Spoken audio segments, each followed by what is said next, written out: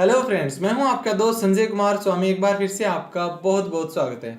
दोस्तों, हमारे चल रहा है एडोब प्रीमियर प्रो।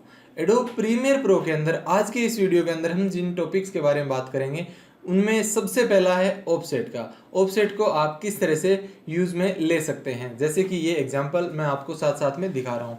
तो इस तरह से आप ऑफसेट यूज में ले सकते हैं। ऑफसेट के बाद मैं आपको दिखा रहा हूँ यहाँ पर मिरर इफेक्ट। आप देख सकते हैं मेरी यहाँ पर मिरर इफेक्ट आप देख सकते हैं, एक साथ आपको दो संजय कुमार स्वामी नजर आ रहे हैं। तो ये मेरा एक मिरर इफेक्ट है, आप इस तरह से रिफ्लेक्शन दे सकते हैं। मिरर के बाद में आज की इस वीडियो के अंदर हम बात करने वाले हैं, वो हमारा टॉपिक है मैग्नीफाई के अंदर आप क्या कर सकते हैं, कहीं से भी वीडियो के अंदर इस तरह से जूम इफेक्ट, मैग्नीफाई का इफेक्ट दे सकते हैं, जैसे कि आपको यहाँ पर नजर आ रहा है। और इसके बाद में जो है लेंस डिस्टोरेशन देख सकते हैं, इस तरह से हम लेंस डिस्टोरेशन को यूज लेंगे। और सबसे लास्ट में हम बात करने वाले हैं कॉर्नर पिन के बारे में। कॉर्नर पिन की मदद से आप क्या कर सकते हैं, चारों पिन को कहीं पर भी रख के टीवी कंप्यूटर की स्क्रीन के ऊपर या किसी सिनेमा हॉल की स्क्रीन के ऊपर उसको अंदर से बाहर की साइड में या बाहर से अंदर की साइड में इस तरह से इफेक्ट दे सकते हैं वीडियो के आउट और इन होते हुए का। तो आइए शुरुआत करते हैं इन सभी पॉइंट्स के ऊपर। आज के इस वीडियो के अंदर हम बात करने वाले हैं, आज हम बात करने वाले हैं डिस्टॉर्ट के बारे में।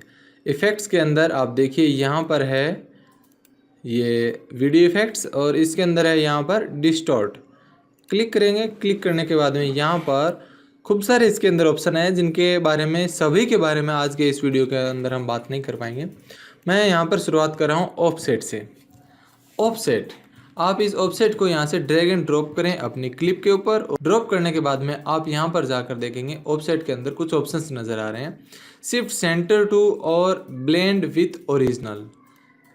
ये 100% मैं कर देता हूँ। ब्लेंड कितना परसेंट आप करना चाहते हैं ओरिजिनल के साथ में, और ये शिफ्ट करना चाहते हैं आप सेंटर को कहाँ पर शिफ्ट करना चाहते हैं।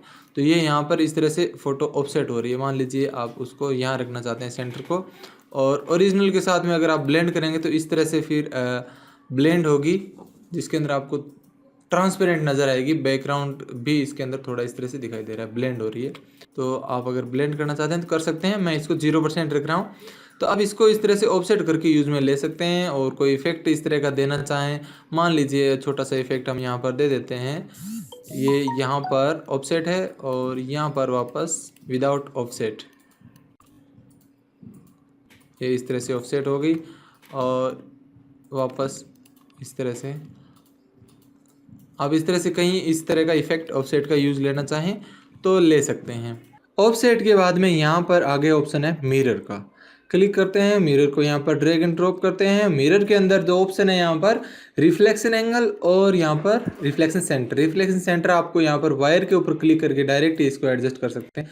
ये रहा रिफ्लेक्शन सेंटर, आप कहाँ रखना चाहते हैं, लेफ्ट राइट इस तरह से आप रखना चाहते हैं तो ये डायरेक्ट यहीं पर आ गया रिफ्लेक्शन। इसी साइड का ये रिफ्लेक्शन यहाँ पर, अगर किसी इंसान की फोटो यहाँ पर एक होगी तो यहाँ पर दूसरी साइड में दूसरी फोटो आ जाएगी। सेम हम नॉर्मली हॉरिजॉन्टल वर्टिकली रिफ्लेक्शन करते हैं फोटोशॉप में फोटो के ऊपर, ठीक वैसे यहाँ पर वीडियो के अंदर होगा। तो ये कुछ इस तरह से यहाँ पर रिफ्लेक्शन तैयार हो गया है। अब अगर आप चाहते हैं कि रिफ्लेक्शन आपको इस एंगल के अंदर नहीं चाहिए, आपको चाहिए 90 डिग्री के ऊपर, तो आप इस तरह से 90 डिग्री के ऊपर रिफ्लेक्शन लेके आ सकते हैं। जिससे क्या होगा, नीचे की साइड में यहाँ पर रिफ्लेक्शन आ गया। देखिए आप यहाँ पर कितना लेना चाहते हैं। अब ये 90 डिग्री पर है, इसी तरह से यहाँ पर आप 180 डिग्री या फिर 160, 360, 270 डिग्री इस तरह से आप लेकर के आ सकते हैं। तो 270 आप करेंगे तो रिफ्लेक्शन कुछ इस तरह से नजर आएगा।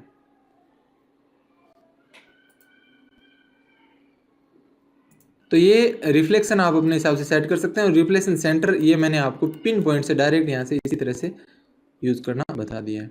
मिरर इफेक्ट दे सकते हैं। उसके बाद में आगे ऑप्शन जो है वो मैग्नीफाई का, इसको मैं यहाँ से डिलीट कर देता हूँ। उसके बाद में मैग्नीफाई ड्रैग एंड ड्रॉप करेंगे। मैग्नीफाई के अंदर आप यहाँ पर मैग्नीफायर बना सकते हैं। किसी एक जगह को अगर आप ध्यान से देखना चाहते हैं, किस फोकस ज़्यादा देना चाहते हैं, दिखाना चाहते हैं कुछ जूम करके, तो बना सकते हैं। ये यहाँ पर है, अभी इसकी मैग्नीफिकेशन को ये देखिए यहाँ पर इसकी साइज़ मैं यहाँ से बढ़ा देता हूँ और वायर के ऊपर क्लिक करूँगा तो इस पॉइंट को आप यहाँ से इस तरह से एडजस्ट कर सकते हैं। यहाँ पर है, आप इसे सर्किल या स्क्वायर के रूप में यूज़ में ले सकते हैं, इसको चाहें वैसे। और शेप के बाद में सेंटर, ये पॉइंट मैंने आपको बता दिए हैं। आप यहाँ से देखिए सेंटर कितना रखना चाहते हैं, या लेफ्ट में, राइट में, टॉप में किस तरह से लेकर के जाना चाहते हैं। यहाँ पे ड्रैग एंड ड्रॉप करके भी इस तरह से लेकर के जा सकते हैं। उसके बाद में मैग्निफिकेशन, आप कितना जूम करना चाहते हैं और इसकी साइज़। उसके बाद में फेदर, अगर इस कॉर्नर को आप फेदर देना चाहते हैं तो इस तरह से यहाँ से फेदर दे सकते हैं। और ओपासिटी आप इसकी इस तरह से बिल्कुल 0 या 100% कर सकते हैं।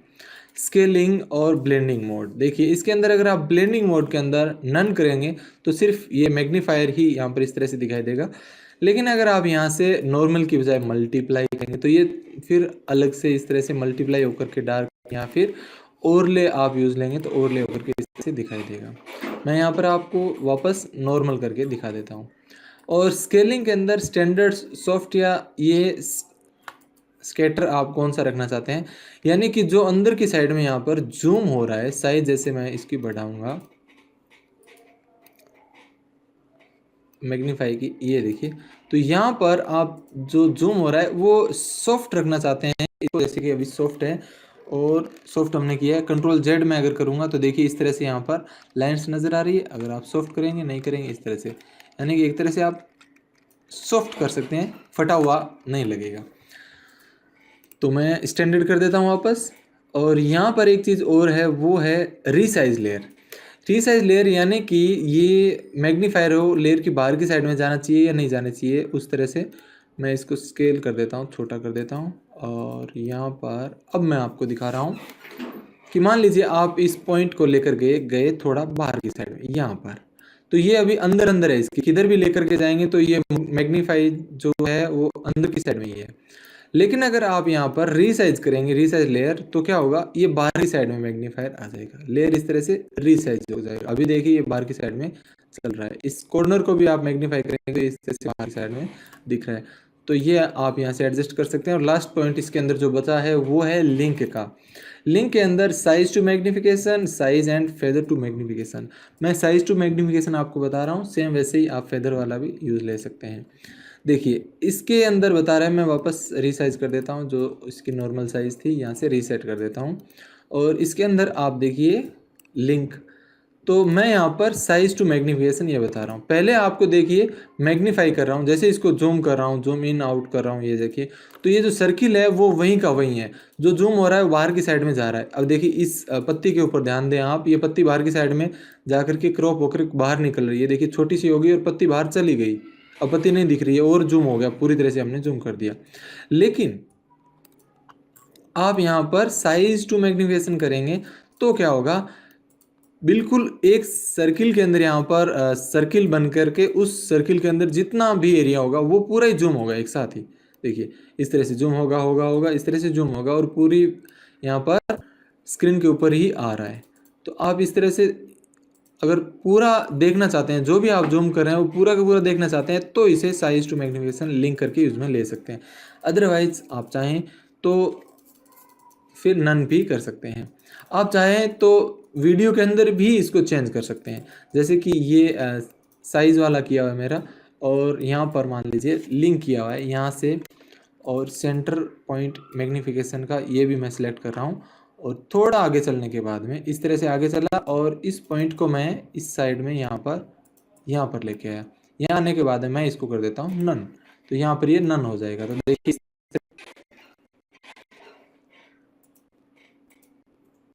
यहाँ पर ये चेंज हो रहा है। तो आप इस तरह से भी इसको यूज में ले सकते हैं। मैग्नीफाई के बाद में आगे हम बात करते हैं लेंस डिस्टोरेशन के बारे में। इसको भी ड्रैग एंड ड्रॉप करके यहाँ पर हम लेकर के आ जाते हैं और इसके अंदर भी कई सारे ऑप्शन है। इसकी ज़रूरत अगर आपको है तो आप इसे यूज़ कर सकते हैं, इतना मुझे इतना ज़्यादा इम्पोर्टेंट ये नहीं लगा। ठीक है, आप चाहें तो इसे यूज़ ले सकते हैं। तो मैं आपको दिखा रहा था, स्केल नहीं करेंगे, पहले मैं आपको दिखा रहा हूँ कर्वेचर। इसके आप इस तरह से जैसे बढ़ाएंगे या कम करेंगे, तो लेंस अगर आप इस तरह से चाहते हैं कि इस तरह से आपको वीडियो देखना है, लेंस को रेक्टिफाई करना है, या फिर इस तरह से आप चाहते हैं, फिर इसको आप स्केल करेंगे तब पूरी स्क्रीन के ऊपर आएगा। इस तरह से आप वीडियो देखना चाहते हैं तो आप इस तरह से रेक्टिफाई कर सकते हैं लेंस को। वर्टिकल और हॉरिजॉन्टली आप इस तरह से लेफ़्ट राइट कितना लेना चाहते हैं, ऊपर नीचे यहाँ से एडजस्ट कर सकते हैं, लेंस डिस्टोरेशन कर सकते हैं।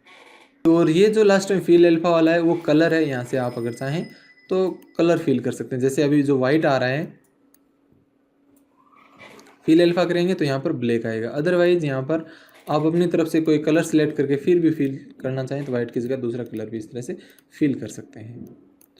और ये 100% मैं इसको स्केल कर देता हूँ और यहाँ से लेंस डिस्टोरेशन को यहाँ से डिलीट कर देता हूँ। और लास्ट जो आज की वीडियो का ऑप्शन है वो है कॉर्नर पिन। क्लिक करके यहाँ पर लेकर रखेंगे। इसी के अंदर मैं आपको एग्जांपल देने वाला हूँ। तो कॉर्नर पिन के अंदर क्या है, यहाँ पर वायर के ऊपर मैं क्लिक करूँगा तो यहाँ पर देखिए चारों साइडों में आपको एक एक पॉइंट नज़र आएंगे। यही है जो कॉर्नर पिन है वो 25% में कर देता हूँ। ये देखिए 1 पिन 2 3 और 4। अब आप इसको किस तरह से यूज़ में ले सकते हैं इसका मैं डायरेक्ट आपको एग्जांपल लेकर के दिखा रहा हूँ। यहाँ पर मेरे पास में प्रोजेक्ट के अंदर एक सिनेमा हॉल का सीन है। तो इस सीन के ऊपर मैं सीन को यहाँ पर नीचे वाले ट्रैक के ऊपर लेकर के आ रहा हूँ। अब देखिए यहाँ पर इसके ऊपर हमने जो कॉर्नर पिन अप्लाई किया है, वायर्स के ऊपर क्लिक करने के बाद में इन पिन्स के जरिए मैं क्या कर रहा हूँ, इस वीडियो को इस तरह से सेट कर रहा हूँ। इन पॉइंट्स को मैं उस स्क्रीन पर लेके जा रहा हूँ जो इस सिनेमा हॉल के अंदर लगी हुई है। ऐसा आपने फुटेज कई बार किसी वीडियो के अंदर या फिर टीवी के अंदर, मूवी या कोई टीवी प्रोग्राम के अंदर आपने ज़रूर देखा होगा कि कोई भी जब बात इस तरह से चल रही होती है तो वो जब प्रोजेक्टर के ऊपर यहाँ पर इस तरह से या फिर टीवी के ऊपर चलती है, उसको फिर जूम होकर के अपने आप वो पूरी स्क्रीन के ऊपर आ जाता है, या जस्ट इसका उल्टा भी। तो कैसे आप कर सकते हैं, देखिए यहाँ पर मान लीजिए इस तरह से कुछ चल रहा है और अचानक से आप चाहते हैं कि इसके ऊपर पूरा फोकस देना है, 2 मिनट का सिर्फ इसी को दिखाना है। तो एक तरह से आप ट्रांजैक्शन के रूप में यूज़ ले सकते हैं। तो कैसे ले सकते हैं, देखिए क्लिक करेंगे। क्लिक करने के बाद में यहाँ पर इन सभी के टॉगल डायलॉग ऑप्शंस में ऑन कर देता हूँ। ऑन करने के बाद में यहाँ पर की फ्रेम बन गए। थोड़ी दूर चलने के बाद में मैं यहाँ पर क्या करूँगा, इन सभी को रीसेट कर दूंगा। तो क्या होगा, मान लीजिए इस तरह से कोई प्रोग्राम चल रहा था और उसके बाद ये यहाँ पर पूरी स्क्रीन के ऊपर इस तरह से आ जाएगा। आप चाहें तो जस्ट इसका उल्टा भी कर सकते हैं कि बाद में आपको इस तरह से टीवी या इस तरह से प्रोजेक्ट के ऊपर या फिर सिनेमा हॉल के ऊपर इस तरह से लेकर के जाएं तो ये इस तरह से बाद में यहाँ पर चला जाएगा। तो ये आप इस तरह से यूज़ में ले सकते हैं। दोस्तों इस तरह से हमने डिस्टॉर्ट के अंदर कई सारे पॉइंट देखे। आज का ये वीडियो आपको कैसा लगा आप मुझे कमेंट करके जरूर बताएं। अगर वीडियो आपको अच्छा लगा तो आप इस वीडियो को लाइक जरूर करें। आप चैनल को सब्सक्राइब भी करें अगर आपने अभी तक सब्सक्राइब नहीं किया है तो, क्योंकि सब्सक्राइब करने के बाद में जो भी मैं नए वीडियो डालूंगा उनका अपडेट आपको तुरंत मिल जाएगा और आप मेरे पुराने वीडियो से भी कनेक्टेड रहेंगे। ये बटन आपको मेरे वीडियो के नीचे और चैनल के ऊपर भी मिलेगा। साथ ही ये वीडियो अपने दोस्तों के साथ शेयर भी करें ताकि आपके दोस्त भी सीख पाएंगे एडोब प्रीमियर प्रो और वीडियो एडिटिंग। वीडियो देखने के बाद में आप इसकी प्रैक्टिस करें और उसके बाद में आप नेक्स्ट वीडियो देखें। मिलते हैं एक बार फिर से एडोब प्रीमियर प्रो की नेक्स्ट वीडियो के अंदर। Thank you.